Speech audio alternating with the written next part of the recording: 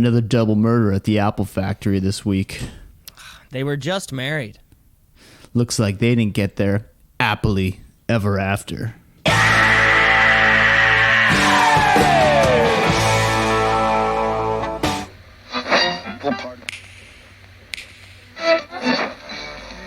Continuing tonight on Two C's in a Pod. 96.7 on your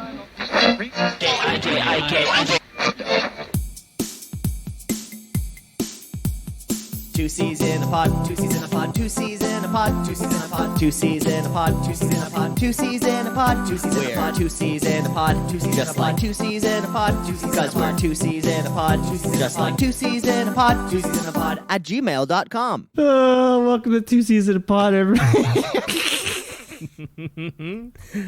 I took so long to plan that. It probably took half an hour. That's the best I could come up with.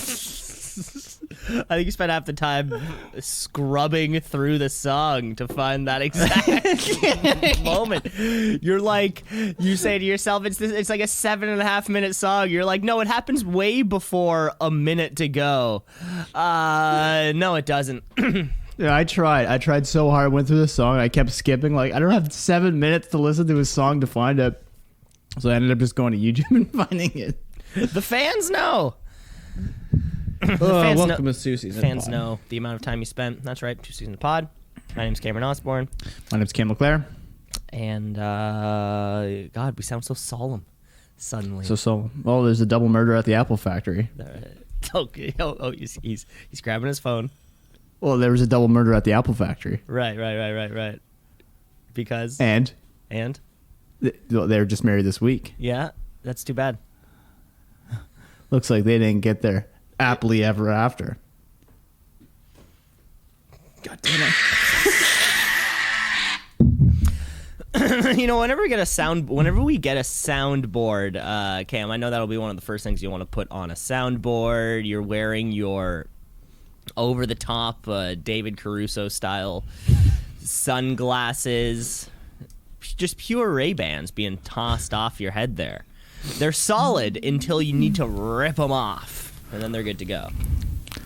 I can't believe he gutted him from the inside out. Looks like he was rotten to the core.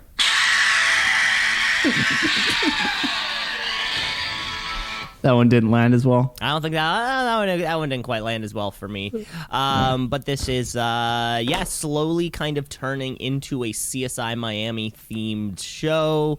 Cam, you've got shorts and a shirt with like a tropical pocket.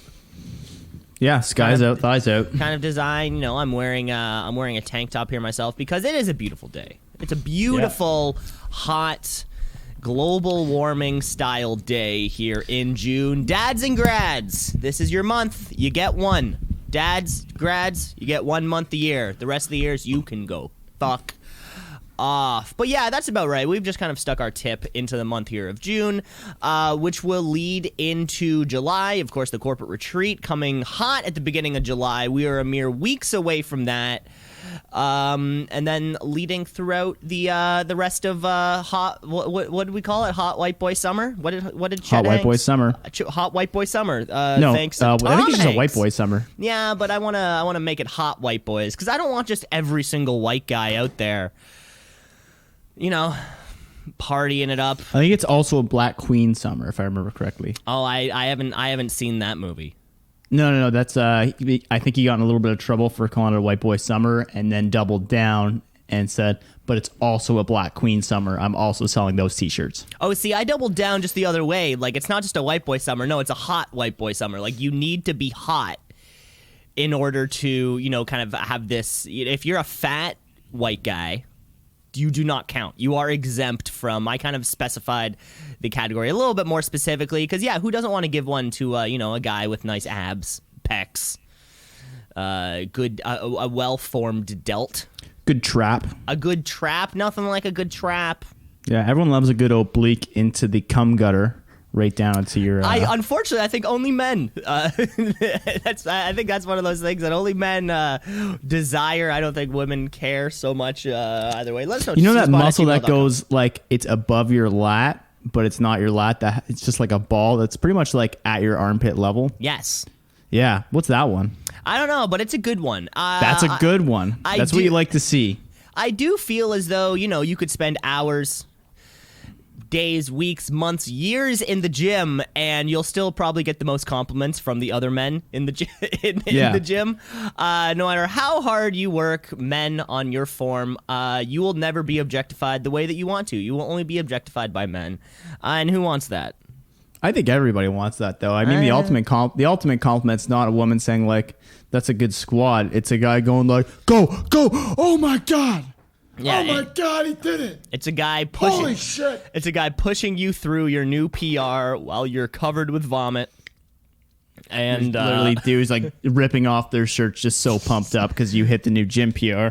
Yeah. Well, sometimes I'll show up to the gym. I'll do the little pre-cut in the top of my shirt, just kind of cut through the hem a little bit. Classic Hulk Hogan move. Cut through the hem a little bit. That way, if you do need to rip your shirt off, it's much easier, because getting through that initial, the collar there is the hardest part about ripping your shirt off. The rest will come. Yeah. The rest will come. It's that first tear that gets the rookies. They don't think about these kind of things. You don't think about it. See, folks, if you're planning on tearing off your shirt, this is why you need a little bit of encouragement, a little bit of extra juice there. A little bit of extra squeeze. Mm-hmm. Yeah, love the gym. Can't wait to get back into it. It's been all kettlebells, all bag work, all fuck do you call it? Cycling work. But cycling's off right now. Broke both my bikes last week. How'd you break the other one? Derailleur. I got my derailleur caught in my spokes and it pulled the derailleur hanger. Now I'm waiting on a replacement part from California. So hopefully it comes in within the next week. Wow.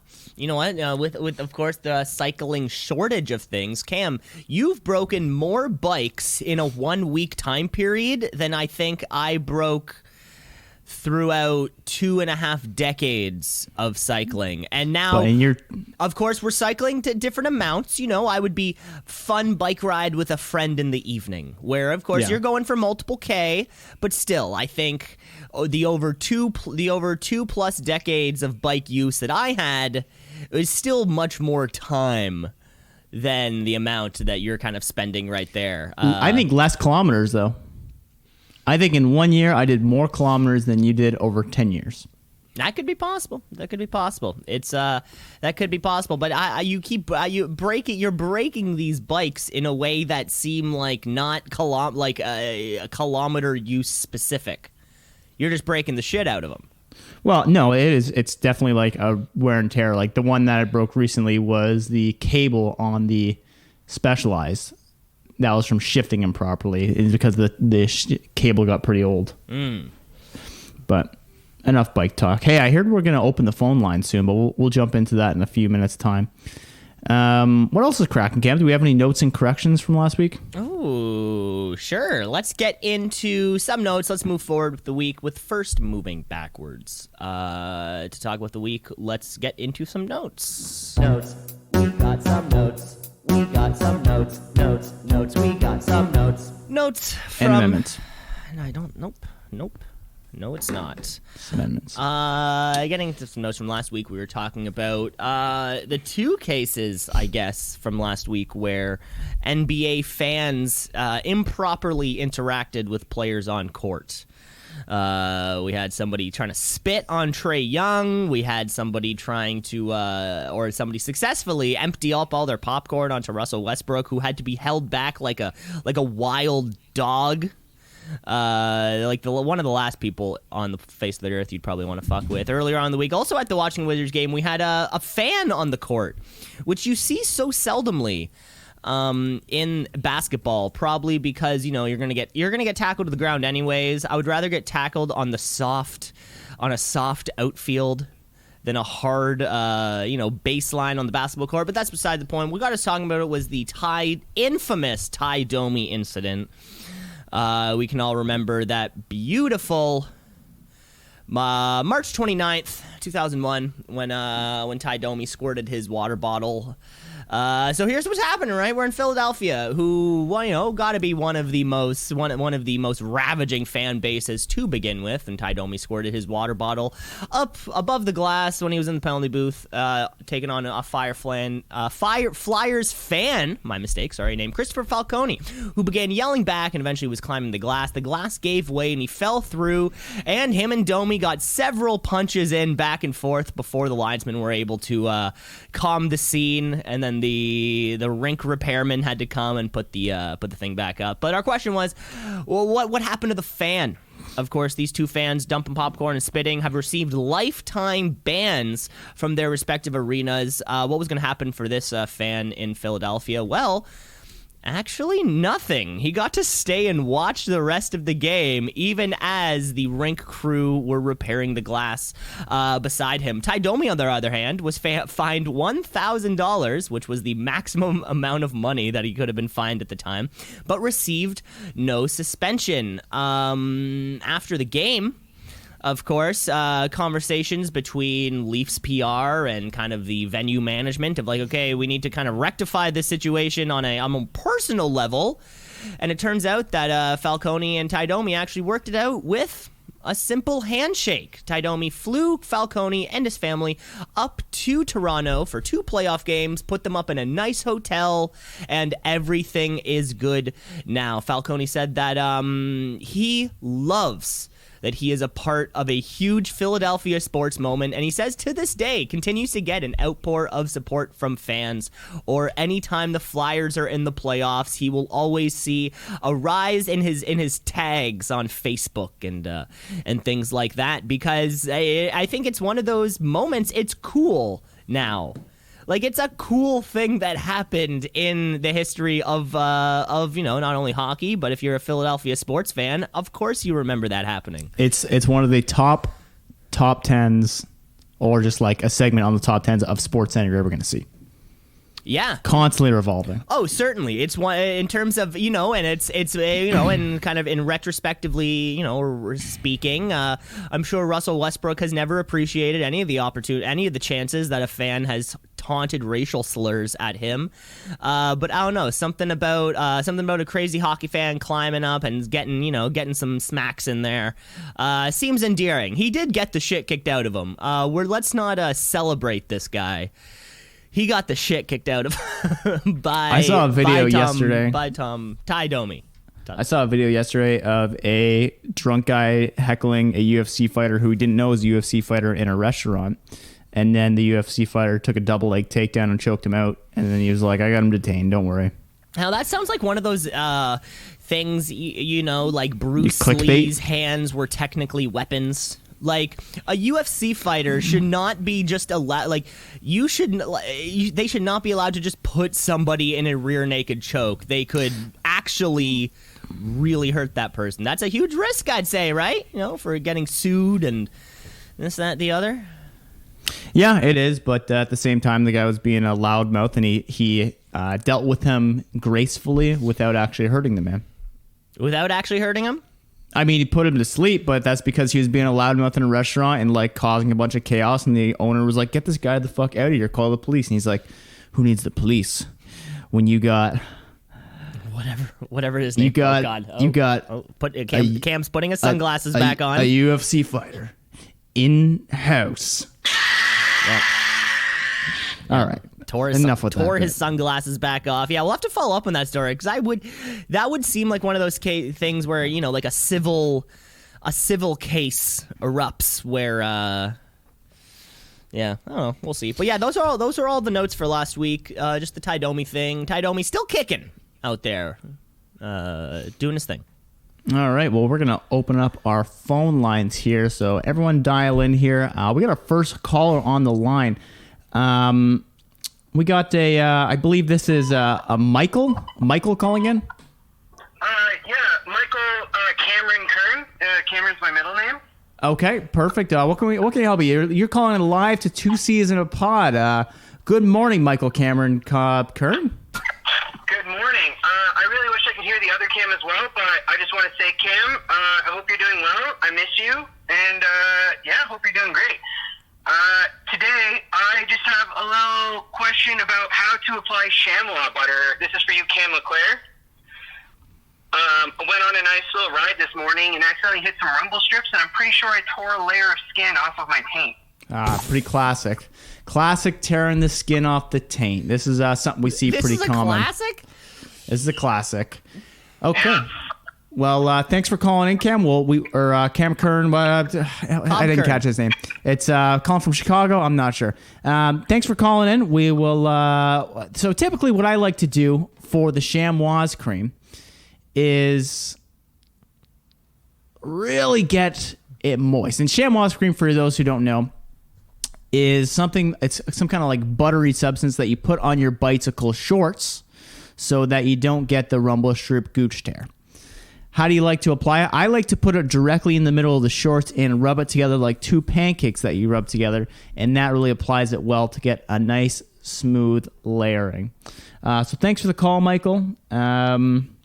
We'll leave the phone lines open. If anyone else wants to call, we'll leave it for another 5 minutes. I know that they'll be hot, but we got things to move on to. I think this was also this was a very informative phone call. I really appreciate that, because usually our phone calls are taunting either myself or Cam on, kind of vague things that we passed over from previous episodes. Of course, as you can remember, we had a caller, and we would love to hear these things. If we say something in an episode once, please call us about it. And then as a follow-up, is Cam still fucking Chris's brother? We don't know. We'll never find out. These are the types of questions that we need to know. Of course, old slobs remember that Cam attended a bro surgery, which did kind of devolve into an after party where Cam was sort of at this fraternity style party, partying up there with the Harajuku girls. We can all remember from the which I did not know were a thing until you let me know. Which were, as we can all remember, the not offensive at all characters that accompanied Gwen Stefani on her Hollaback Girl tour. These are all just references that we all remember. The old slobs remember. Old slobs remember the Harajuku girls. A tasteful. They remember the cocaine room. Yeah, old slobs remember this. Thanks for the phone call, though. It's been a while since we've had some phone calls. Let us know. twoceesinapod@gmail.com. We'd love to hear from you. Leave your voice notes. If you got anything you want to plug, any products, if you can still use promo code 2Cs to get 15% off your own Pizza Tony's Pizza by Tony. Just fresh out the pizza. Fresh out the pizza, fresh out the oven, fresh out the gooch, fresh out the sack. Don't forget about our old episodes, everyone. Listen up. I'm just going through the classics here. The early 2000s cartoon reference show, Missionary Position Mission. From first post-it to last post-it, never eat shredded wheats. Episode 21, this podcast is a Jacob Ladder situation. Go back, find the gems out there. Hey, Cam, I know we were speaking about sports a minute ago. You were talking about Ty Domi, just giving it to him and then finding the actual regulations to get him find the maximum money, which brings us in to our top five. Here's a top five. Here are five ways to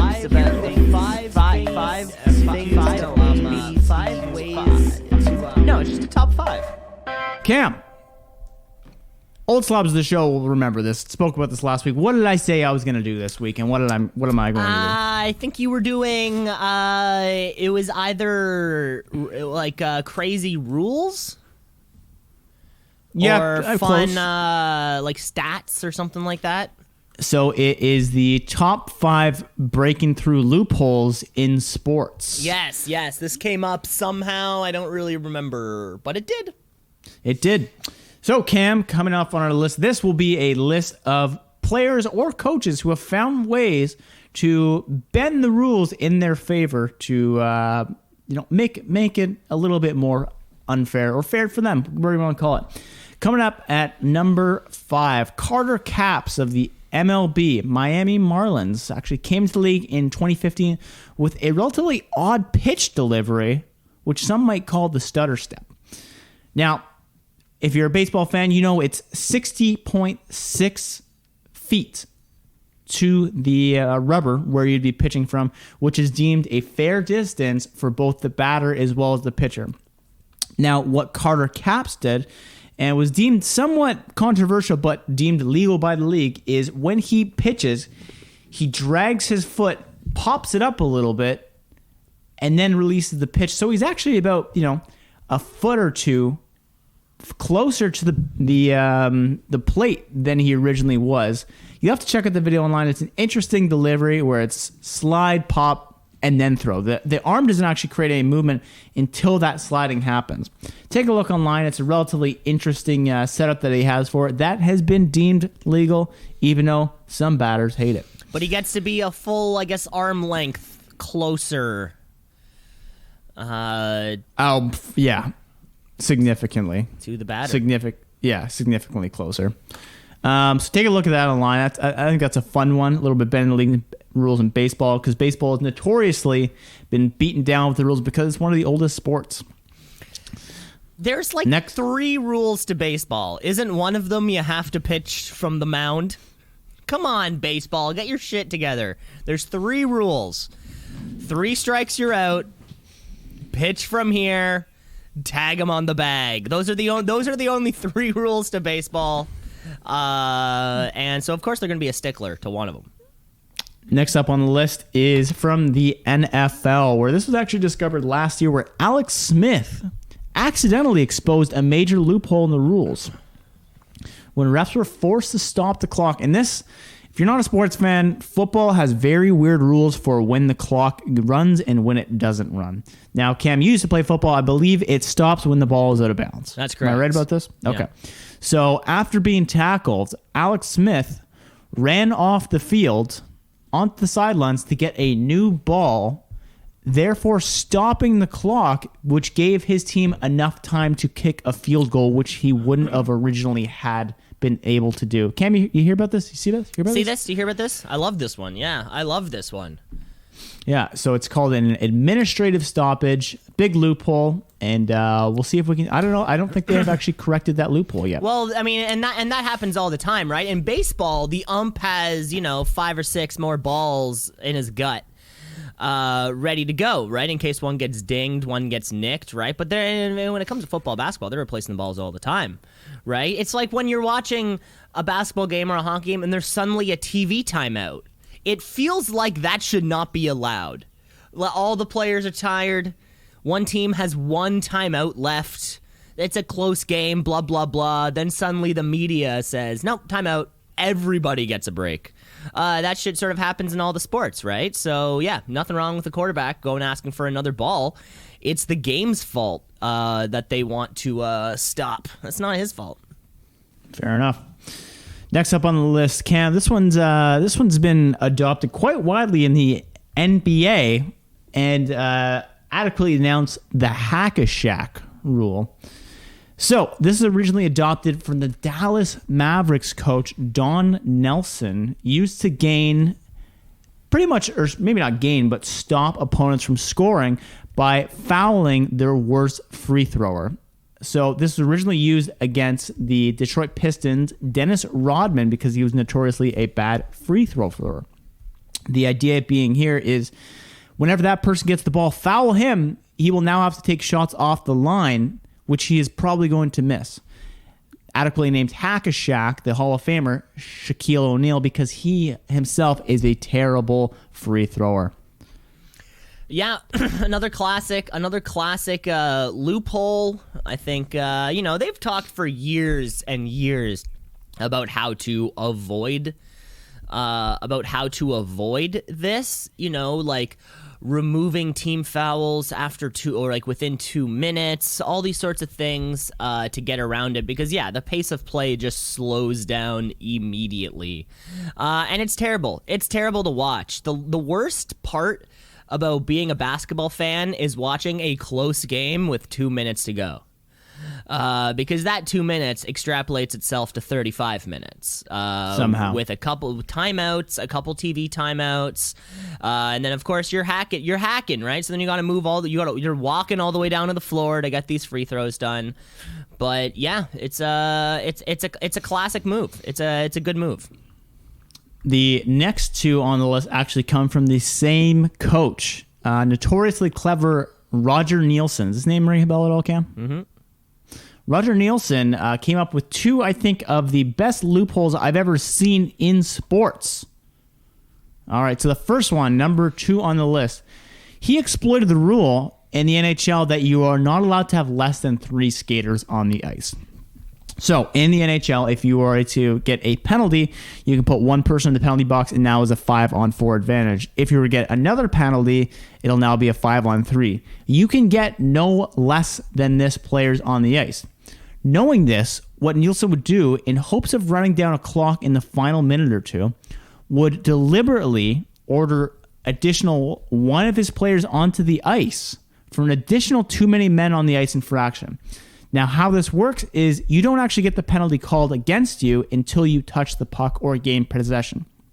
So you could then have too many players on the ice, and because you can't have, and because you can now force the opposing team, because you can just avoid them from setting up a offensive zone play, you are intentionally driving down the clock without actually facing any repercussions, because every additional penalty you get will now actually reduce your players on the ice. So a really fun rule. It did get corrected later on to avoid this, and what is now the rule is if you do use this strategy, it will now be a penalty shot. That's too bad, because it's implying that the referees know what's going on in the players' and coaches' mind. Like in the NFL, when you have too many men on the field, it is never a play they run. It's an accident. Yeah. Right. But imagine, you're on the you're killing the penalty, you're doing whatever, and there's too many men on the ice. It's a flat out accident. Somebody miscommunicated, but you're penalized for that. I don't know. I don't know if I like that one. I do like the way around it, though. That is really funny. I just picture throwing 8 men on the ice. Just don't touch the puck. Don't touch the puck. Don't Hammer touch everybody. the puck. Yeah, take just hit penalties. people. Doesn't matter. Just go for it. I do like that. That's too bad that they rectified that. Yeah. Yeah, he was a very, very clever man. Coming up with our number 1, also Roger Nielsen. Wow. So, this man obviously did a lot of digging into the rule book to find whatever loophole he could. Now, upon a penalty shot which was against his team, he looked up the rules and said, oh, it does not explicitly say a goalie needs to be on the ice. Just one player, right? Presumably a goalie you'd want opposing the net. Well, he thought a little bit differently.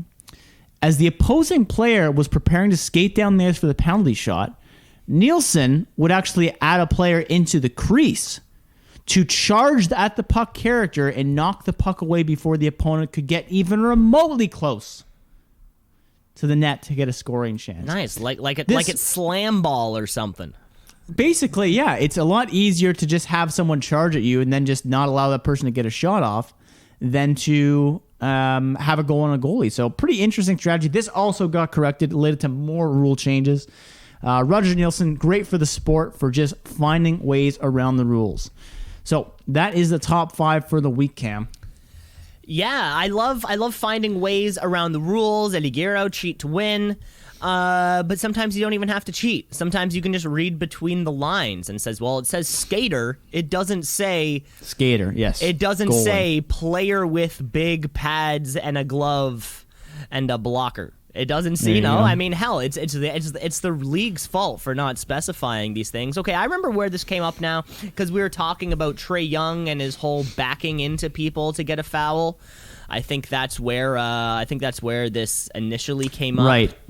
And then I said that my friend Dan would just take a quick hack at the goalie, and then he would take a cross check, and he said it worked every time. Every time. Oh yeah. My God. I would get so many penalties on me just because. So it's really funny because I only played house league level hockey my whole life. I never went up anymore, but I did play rep football. So I had the physical aggression and wherewithal of a football player, but I was also playing hockey, and I was 5'7", 106 pounds.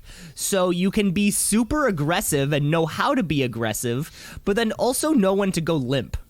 and how many times you could chase their biggest guy into the corner of the boards, rub him off the puck, be physical with their biggest dude, and then as soon as he comes back to you, just go limp and fall. It worked every single time. I got into the head of every single, when you're 12 years old and you're just you're in that growth spurt, but you're still awkward about it. You don't know how to be tall. Or, it's like my dog right now. A little chunky. You don't know how to be the size that you are. I would take advantage of that all the time. Be super aggressive when you're going against them, because no ref is going to call a penalty on a little 5'7" kid going up against a kid who's 6'2", maybe 165 pounds. Nobody's going to look into that. But as soon as that guy who's 6'2" throws you to the ground, oh, fuck yeah, that's a penalty. Let's go, bud. Let's go. That's a great strategy right there. That is that's a winning strategy, is what I call it. At least I thought it was. Well, that was fantastic, Cam. That was great. Thank you. Top 5. Let us know if there's any other fun rules or fun rule breaking you got there. 2 C's in a pod. Not rule breaking. Workarounds. I mean, it's not rule breaking, right? You can't blame somebody for hey, I'm playing the rules. You guys didn't specify enough. Yeah. You got to make the rules clear. Exactly. Hey Cam, let's keep plowing ahead here. I think it's time to maybe do looking back, maybe to the time of 1980, to a time we all remember sitting down on our couches. It's time for the nightcap.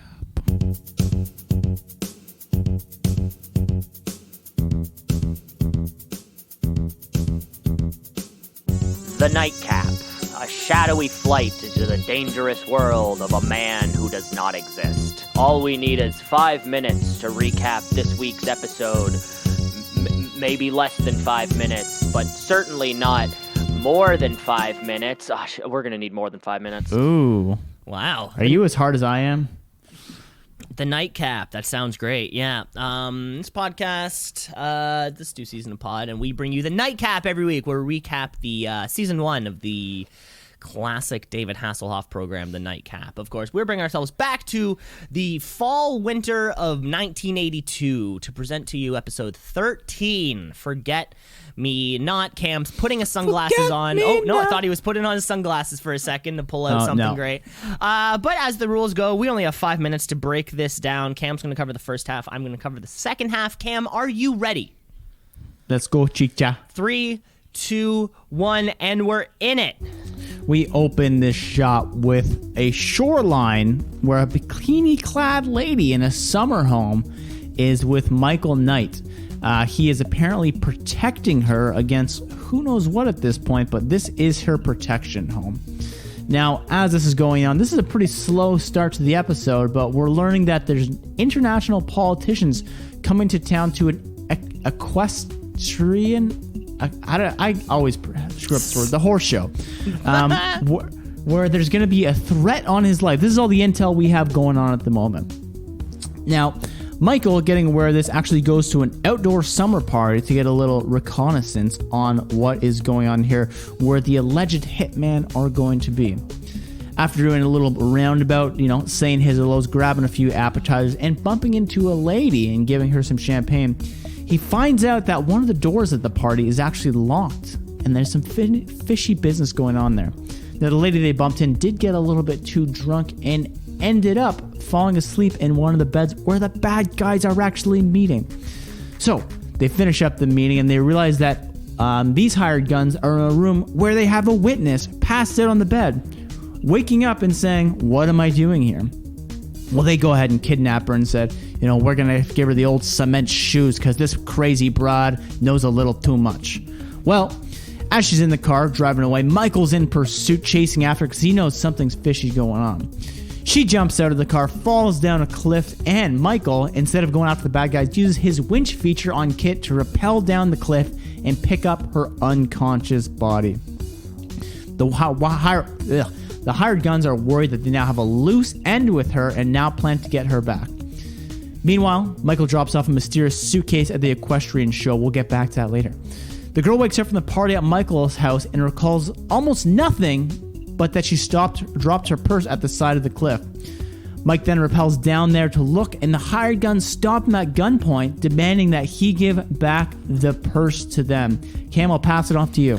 Right then, Kit, who's standing on the top of the hill, he goes into turbo mode, jumping off the, what looks like not a cliff at all, but takes out the bad guys, breaking their guns, and they retreat in the boat, which they were coming in the first place. So we take a look at Mickey's purse where we find no ID, but we've got a key. So there's a door that could be open somewhere.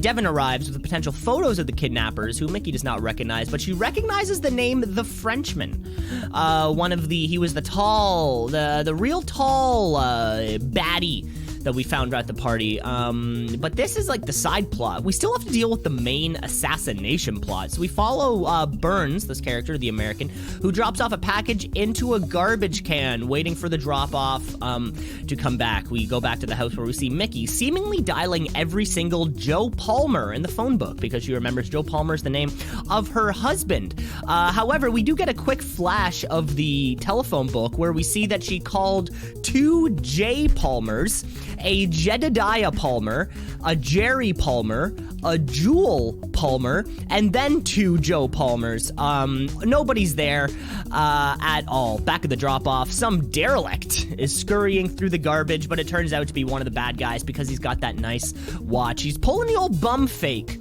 on us. Mickey gets a little more emotional because no one's reported her missing. However, she does stop on the television and notice that she's an actress in a soap opera.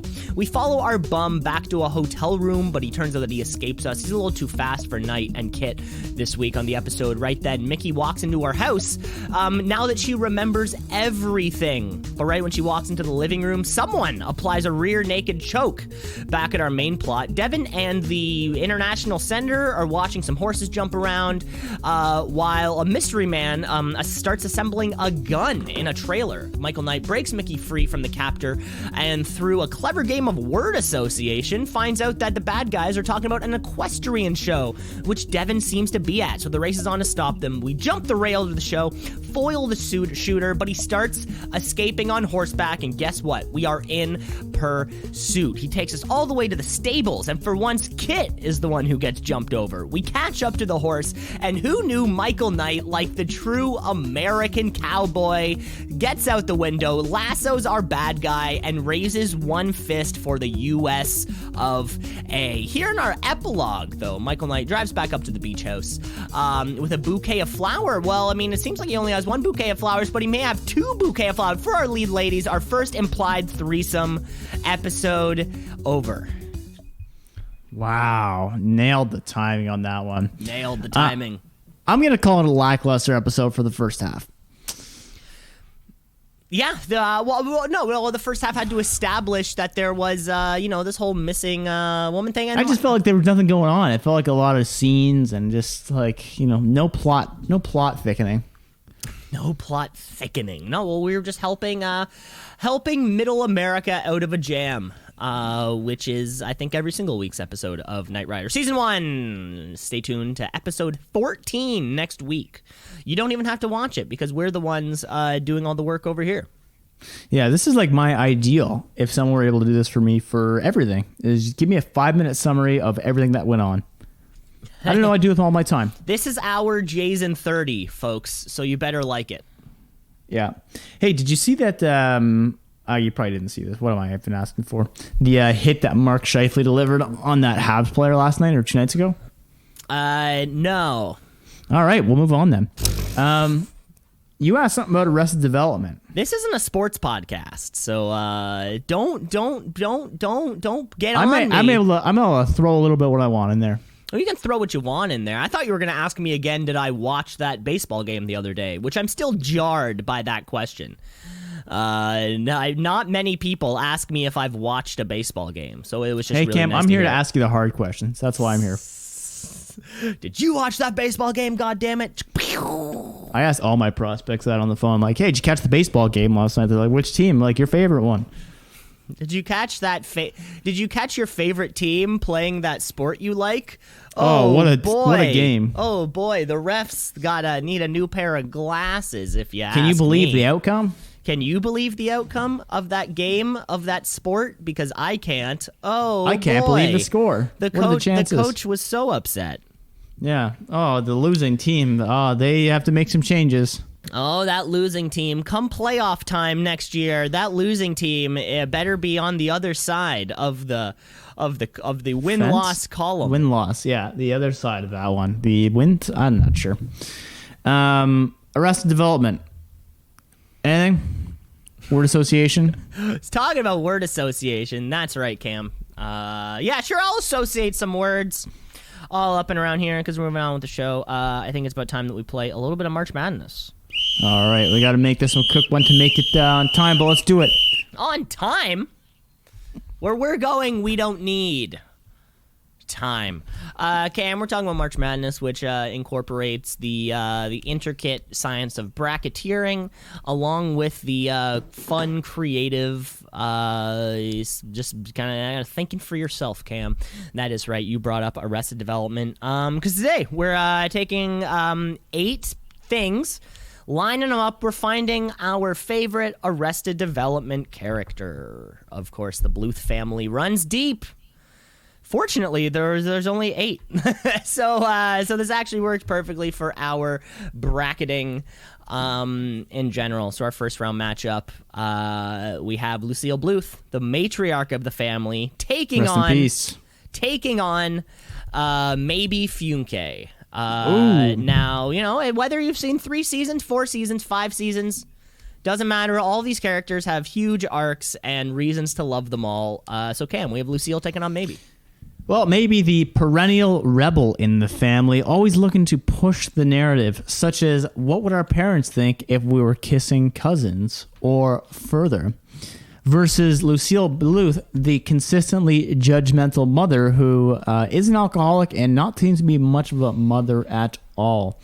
Who has a better storyline? I think overall, Lucille Bluth just drives home such a fun narrative of, yes, I am the mother. Yes, I'm supposed to be responsible, but I'm probably the least responsible, but have the most power in the family type narrative. For that reason, I'm going to go with Lucille Bluth. Lucille Bluth, the matriarch of the family in our second round matchup. We have Tobias Funke taking on George Sr. Ooh, George Sr. There's the always money in the banana stand. There's always money in the banana stand. No one got the reference. There was physical money. Anyway, if you haven't seen the show, definitely check it out. At least the first 2 seasons on Netflix. What do you give me that face for? Watch all 5. The first 2 are going to sink in, and then you're going to watch the rest. First of all, you would say watch the first 3. Because it was 3 seasons, and then the show was canceled, and they came back. So I don't know where you're getting at with 2, but because I know that if you're gonna watch 2, you're gonna watch 5. Gotcha. Can't just selling them, pushing. Anyway, so we have George Sr., the escaped convict turned. Did he turn Jewish? Islam? Some religion. No, he did like a he did like a little Jewish thing when he was in prison, but then eventually yeah. His bit where he has the brother who's also him, twin brother, losing the hair. Absolutely fantastic bit. Always causing Michael quite a bit of stress, but always being irresponsible. Versus Tobias Funke, not a actually blood-related member of the family. We find out later there might be more. Tobias is Maybe's father. So he's a father-in-law. Father-in-law. Now, his build-ups for his jokes, I think, make the whole show. The setup of the Blue Man Group to I just blew, there's blue all over the house. I mean, the whole Blue Man Group bit is absolutely priceless. The Never Nude bit, it is absolutely fantastic. Tobias Funke. Tobias Funke moving on to the next round. Next up, we have George Michael taking on Buster. Oh my God, these are tough ones. So George Michael, the thing you gotta love about George Michael is just the lack of confidence that he has. just perpetually unable to voice his true opinion, always scared of something. And it's just a reoccurring character for Michael Cera. It doesn't really devolve much from what he currently does. Versus Buster, the man with the hook, the man with... does he have a learning disability? We'll never know. Absolutely fantastic character. Love that he goes to the army. Love his attachment to Lucille Bluth. Love the storyline and always causing a kerfuffle. Just like that old South Park episode. He told me to switch the maps. So I switched the maps. He is that character. He is the Curly of the Larry and the Moes. He is the winner. The Curly of the Larrys and the Moes. Okay, next up. Coming up next in our final first round matchup, we have Job taking on Lindsay. Lindsay. This one's a fun one. I think the magician aspect of it is, I mean, what the hell's his name? The actor for Job. Will Arnett. Absolutely fantastic character. Has a podcast out with George Michael. What's his name? With George Michael? Not the the character. Michael Cera? No, a senior, but not senior. Middle. Who's George Michael's dad? Michael. Yes. So he has a podcast with Michael. It's called Smartless. It's okay. Anyway, drives home a great show. Fantastic role. Love the magic in it. Love the kerfuffles. Versus Lindsay, who is just somewhat the dumb blonde in it that seems to cause a lot of problems, but really doesn't drive home as much of the narrative as our boy Will Arnett's character. I can't remember his name. Job. Jesus Christ! I just said George it. Oscar Bluth. George Oscar Bluth. See, now you get it. Okay, Cam, that means we're moving to our second round matchups where we have Lucille taking on Tobias. Ooh, these two have great interactions in the show because they Tobias seems to just be ever ignorant to anyone around him, but the mother absolutely hates him, which I think is a great dynamic. For the reason that he is ignorant and continues to just make things funny by the setups, gonna have to go with him, Tobias Funke. Wow. Tobias Funke walking around with that matchup. In our next round matchup, we have Job and Buster. Ooh, tough one. Beauty of the Buster is the triple play on words. Lucille, his mother. Lucille, as in the loose seal. And there was another one there that said something to do with the Lucille. There's another loose seal. Yeah, I don't even remember what the loose seal is, but... Well, one's the loose seal that bites his hand off, and the other is the loose seal from the Trial of Captain Hook play that Michael was a part of, and he swings and he hits the seal on the wall behind the judge, and then the seal falls off, and then somebody in the crowd, watch out for loose seal. Lucille Bluth, though, just checking her makeup in the crowd. She has no clue what's going on. Oh God, the puns, the setups. Who could have thought this through? For that reason, you gotta go with the hook, man. The man who represented our military. Bless the troops. Memorial Day was last week. Bless the troops. God. Support the troops. I don't know. What do you say? Support and bless them. Agreed. Okay, here's our final matchup of the day, Cam. We have, in our final March Madness, who's your favorite Arrested Development character? We have Tobias taking on Buster. The Funk Master. I mean, I think these are both the side characters who aren't really... they do have stories to them, but they're not, our A story most of the time. But I think their B stories that they play are just so funny, so critical to the show to just, add those laughs that you just never saw coming.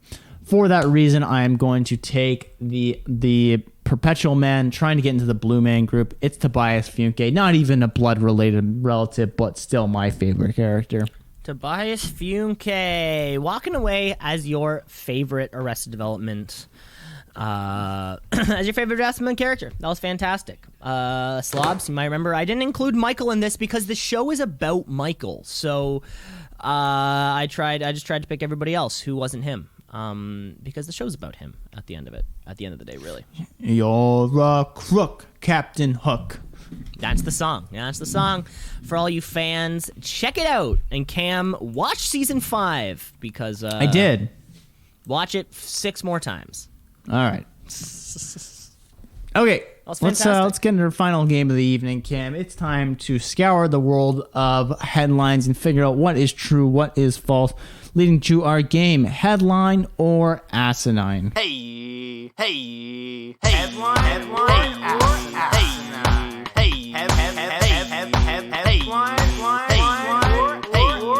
Headline or asinine. Getting better at it. Yeah, that was super succinct. We've got headlines back and forth with each other. Some are real, some are fake. Cam, I'm going to go first here. Ohio or no Ohio. Virginia man claims African country to make his daughter a princess. Virginia man claims African country to make his daughter a princess. Did I get that right? Mm-hmm. I feel like I don't even understand that headline. Makes me want to click into it. Virginia man claims African country to make his daughter a princess. The part I'm confused about is claims. So is he claiming that the country itself will make his daughter a princess, or that he's claiming the country as his own or something to make his daughter a princess? Well, I don't know. I only know as much as you can, but if I were to read the words that I said verbatim and that you repeated, it would sound maybe more like the second one. He claims the country? Virginia man claims African country to make his daughter a princess. I can't even wrap my head around that. How could you claim a country? Well, this is your game, yeah, so maybe it requires your sick and twisted mind to see if you can make it work. I guess, yeah. I'm going to go ahead and assume that he is... I don't know. How does one claim a country? Yeah, I don't know the application process to go through. I assume there's quite a bit of paperwork involved with it. Maybe a few phone calls, a few lawyers involved. Or you just go ahead and say this country is now mine because I am a quarter, African country name. Therefore, because of royalty. Yeah, okay, there it is. Okay. He's claiming that he has ownership of the country because 200 years ago, his DNA tested that his, relative was a king of the country. Therefore, inheritance should go down to him, and therefore claims his daughter should be princess. There's the explanation, Cam. So which is it? Oh, headline. Okay, Cam. Well, this is a headline. It's too early for you sometimes. Sometimes you just can't quite think with your noodle because the sentence totally makes sense.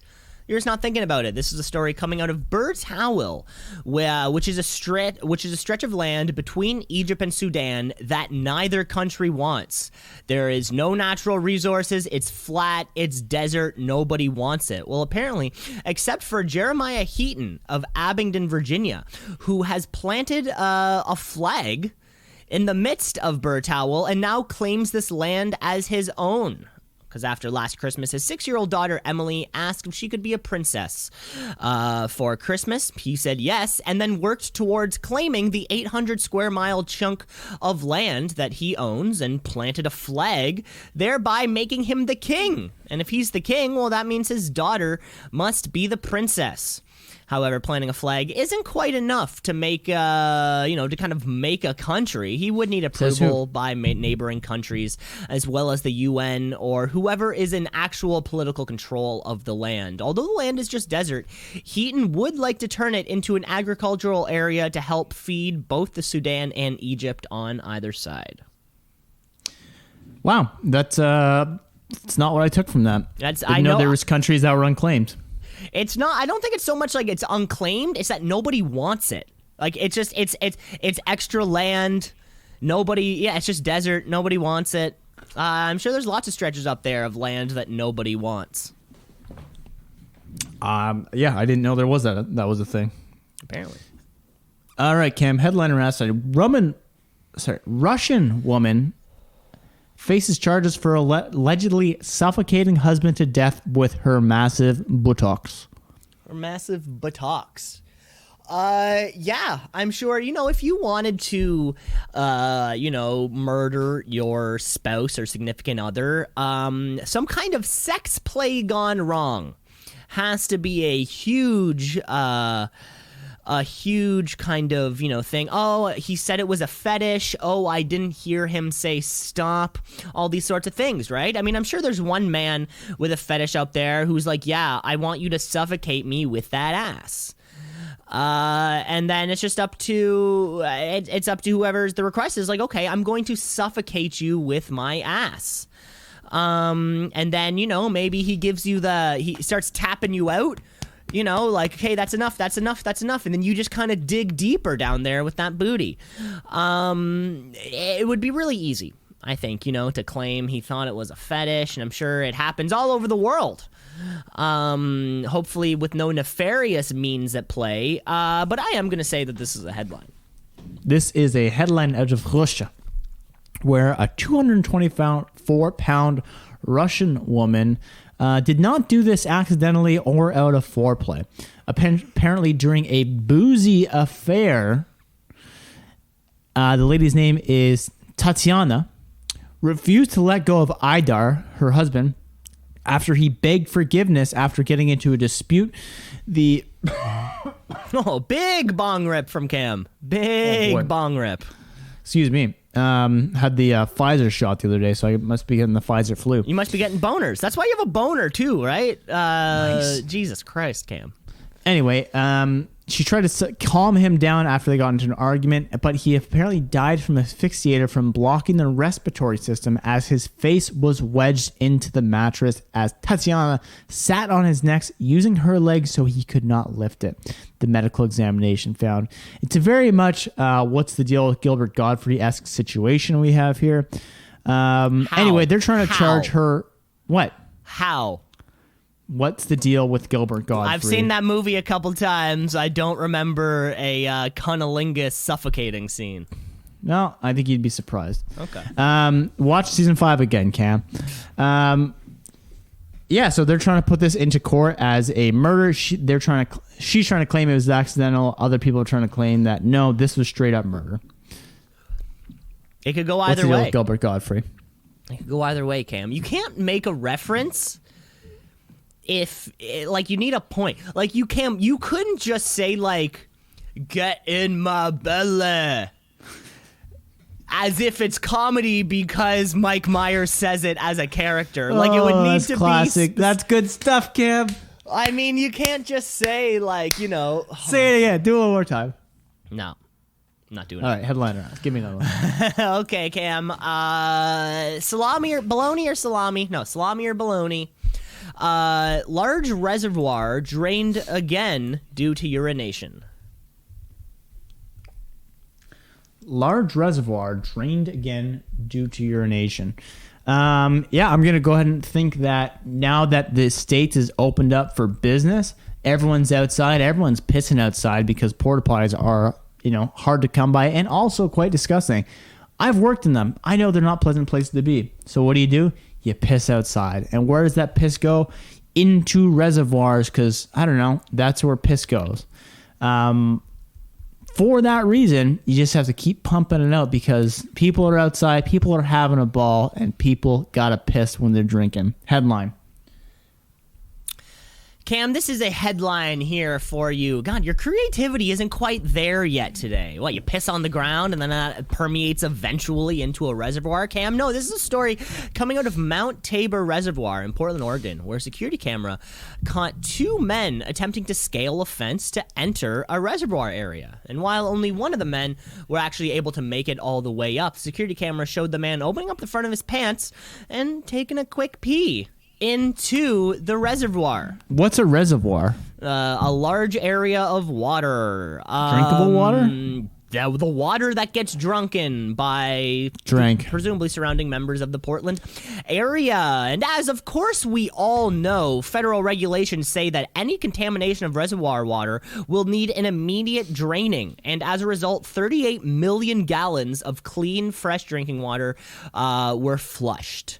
This is not the first time that this has happened at this exact reservoir, because back in 2011, 7.8 million gallons were drained after a little pissing incident. This is, you might be thinking to yourself, well, they need better security. Why don't they just cover it up? Something like this, that, the other. Well, Cam, this is the very last reservoir in the state that remains uncovered. Of course, as we all can remember, a federal regulation from 2015 said that all reservoirs needed to be covered up. This is the very last reservoir in the state to not be covered up, and the covering up process was in the midst of construction. However, that piss bandit snuck in there before it was completed, possibly taking the last piss in a reservoir that you'll see in America. Jesus. Who knew? Hate to see it. Well, I'm sorry to hear that, Cam. Let's cover that thing up. How do you? My real question about the reservoir is, how is it not contaminated more often if it's not covered? I think, well, it is behind like fences and kind of security posts, right? Like you would. But if I leave a cup of water out for, I don't know, 2 days, I don't drink it because I don't know what fell into it. Yeah, who knows? Well, it's, of course, the water's going to be sitting there, and then it eventually needs to be, they got to add the fluoride into it. They got to put the chemtrails, the 5G into there eventually. So, of course, you need somewhere to put it in the meantime. So it checks out. All right, Cam, headliner asinine. This one might come across a little odd to you. U.S. traffic deaths in 2020, highest yearly total since 2007. Yeah, well, I guess the surprise would be you didn't think that everyone would be driving around so much. I can recall, sometimes 2020 brought us some great statistics, right? There was the largest amount of time with no school shootings since 1972. Or something, right? Because schools were closed from March to October or something, right? So some positive statistics can come out of this too, but also driving deaths. Maybe that's, a little bit of there was nowhere to go. A lot of people were maybe just driving around a little bit more. Country roads, back roads, just kind of looking to shit, we got to do something that's not sitting in your house or walking around your block, because of course that can get boring. And people are looking for a way out. Your work schedule was cut back, your kid's school schedule was cut back. Suddenly you have way more time to do all these other things, driving around from here to there, going camping, all these things that just have you in your car more. So it stands to believe. Makes a lot of sense. I just wonder, I hope it's triple. I hope the difference is huge. So I'm going to say that's a headline. It's a headline, and it's up 7.2%, which is surprising considering Americans drove 13% fewer miles. So people aren't driving more. They're just being less responsible. Now, this all opened up as soon as the second half of 2020 hit, because that's when a lot of the lockdowns in the States, unlike Canada, actually expired. So what they saw was increases in impaired driving, increases in speeding, and increases in failures to wear seatbelts. Deaths from motorists not wearing a seatbelt were up 15%. Wow. Speeding-related deaths up 10%. In crashes involving alcohol rose 9%. So people just being irresponsible led to more people dying, not because more people were driving. Yeah. Well, I mean, and they usually say, the parking lot's the busiest place.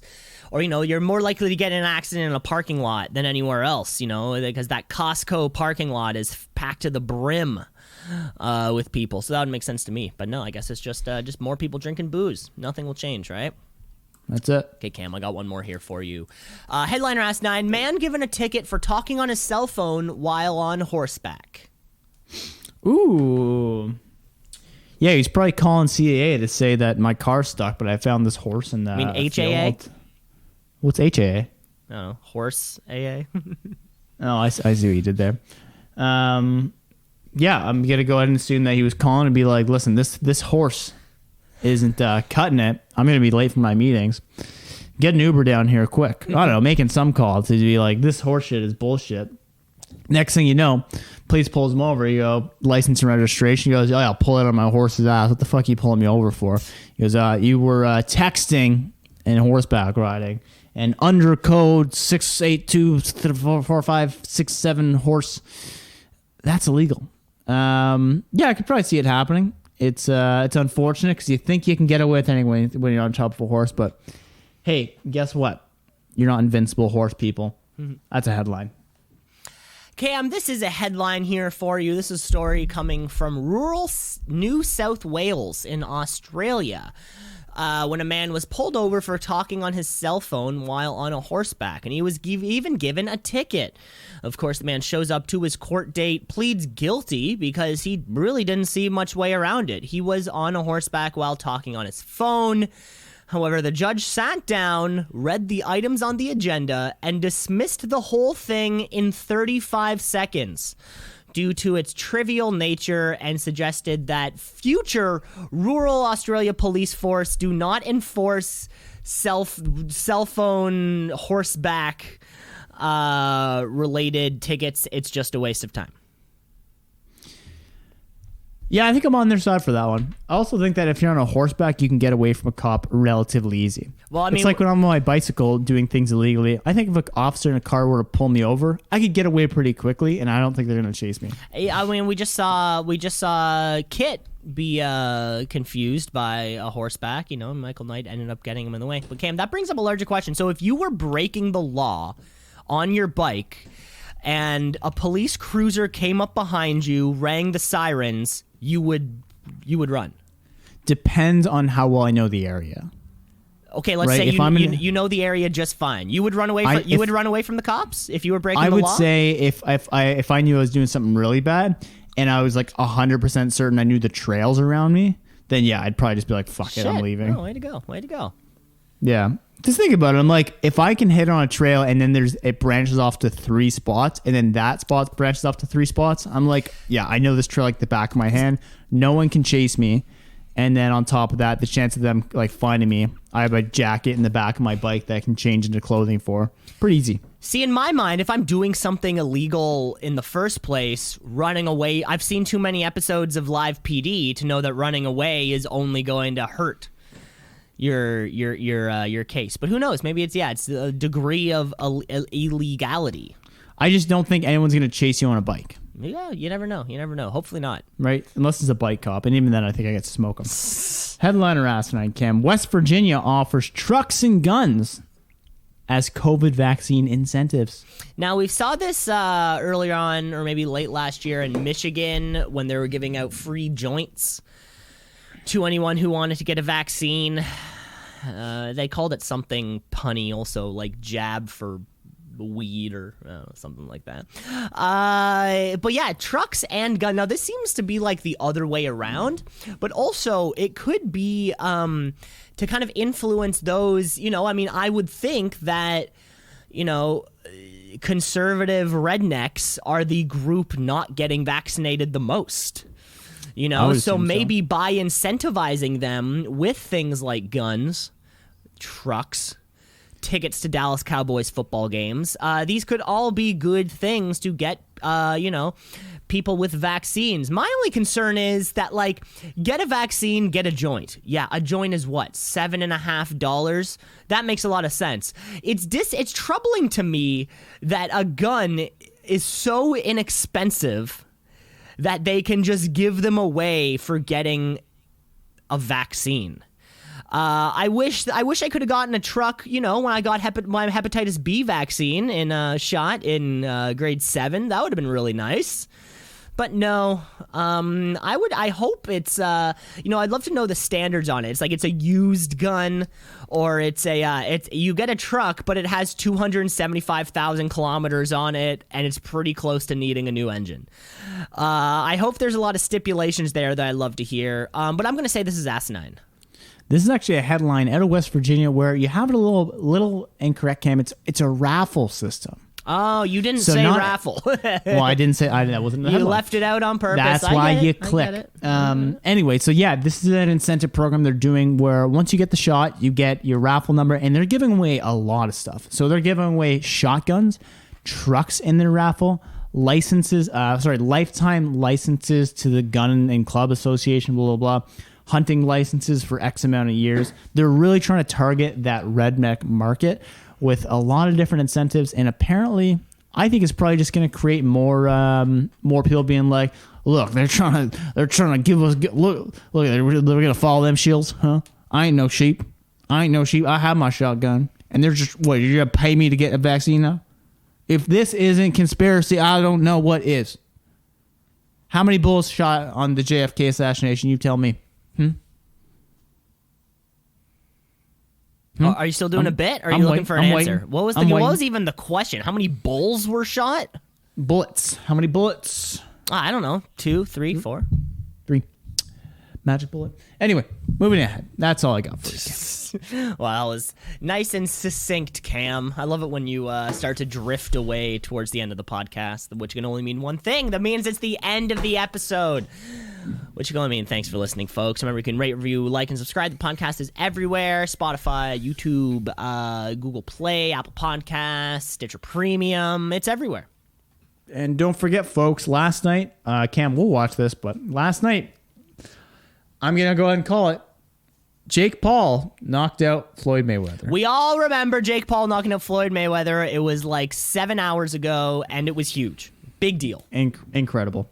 That's my prediction for the weekend. Sounds great. Take care, folks.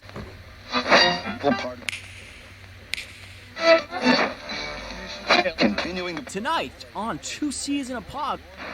96.7 on your...